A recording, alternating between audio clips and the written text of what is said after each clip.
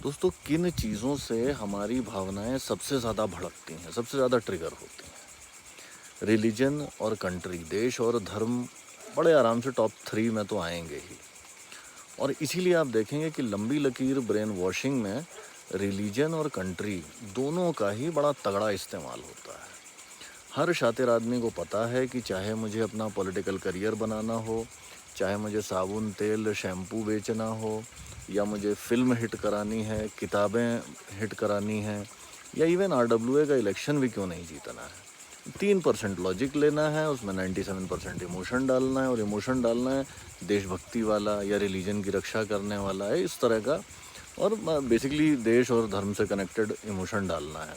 और मैं श्योर हूँ कि बहुत सारे लोगों की भावनाएं ट्रिगर होंगी, और बहुत सारे लोग अपना काम धंधा छोड़ के इस लंबी लकीर को पकड़ के इसके ऊपर फोकस कर जाएंगे और मेरा काम बन जाएगा।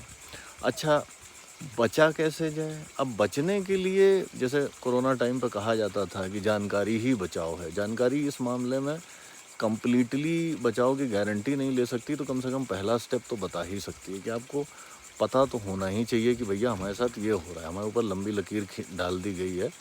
और मैं, जैसा हमने देखा था इससे पहले के वीडियो में, कि कई बार हम लंबी लकीर के सामने बेबस होते हैं। तो जब तक वो चीज़ मेरे इमोशंस ट्रिगर कर रही है, तब तक मैं एक्चुअल में हेल्पलेस हूँ उस लंबी लकीर के सामने।